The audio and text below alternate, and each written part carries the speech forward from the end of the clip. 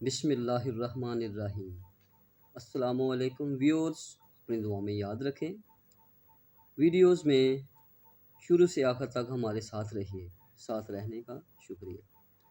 लफ्ज़ों की प्रैक्टिस मतलब लफ्ज़ों को बार बार देखने से ये लफ्ज़ों में बेहतरी आएगी, लिखाई बेहतरी की तरफ आएगी। लफ्ज़ों की समझ ना आए तो हमें कमेंट में ज़रूर बताया करें।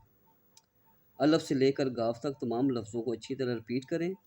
अब हम अपने अगले लेसन की तरफ बढ़ते हैं।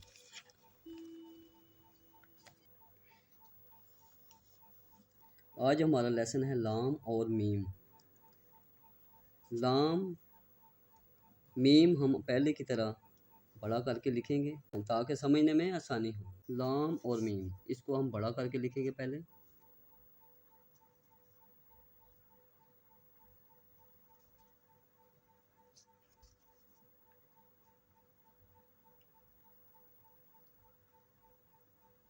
ठीक है व्यूअर्स, ये आ गया लाम हमारा।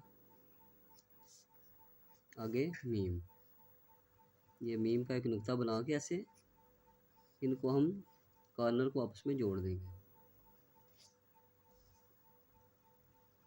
ठीक है जी, नीचे अलफ की तरह हम डाल देंगे। अब हम पेन की मदद से लिखेंगे, कलम की मदद से, सॉरी जी। तो हम अब कलम की मदद से लिखना शुरू करते हैं। लाम और मीम जी। लाम, ये लाम का दायरा आ गया। यहाँ पे मिसिंग हो लफ्ज़ों की,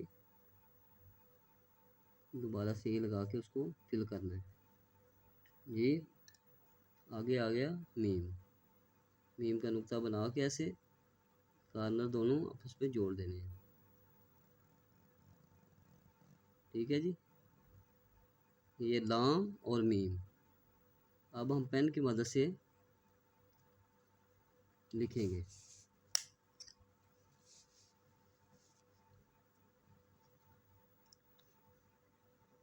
लाम यहाँ से शुरू करके बिल्कुल उसी अंदाज में अलफ डाला और आगे दायरा लगा दिया लाम का। आगे मीम है, उसी अंदाज में मीम है। अब हम लफ्ज़ों की फरमाइशें देख लेते हैं। ये लाम का अलफ जो है ये बिल्कुल अलफ की तरह ही होता है, 1 2 3 4 कस में।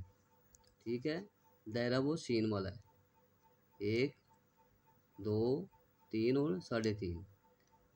मीम का जो सर है ये चारों साइडों से एक कत होगा और नीचे ये गुलाई जो है इसकी ये 2 कत में आएगी।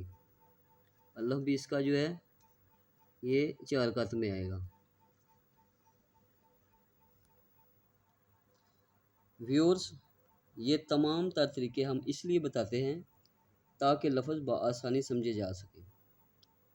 प्यारे व्यूअर्स, शेयर करें, लाइक करें, सब्सक्राइब करें। बहुत शुक्रिया।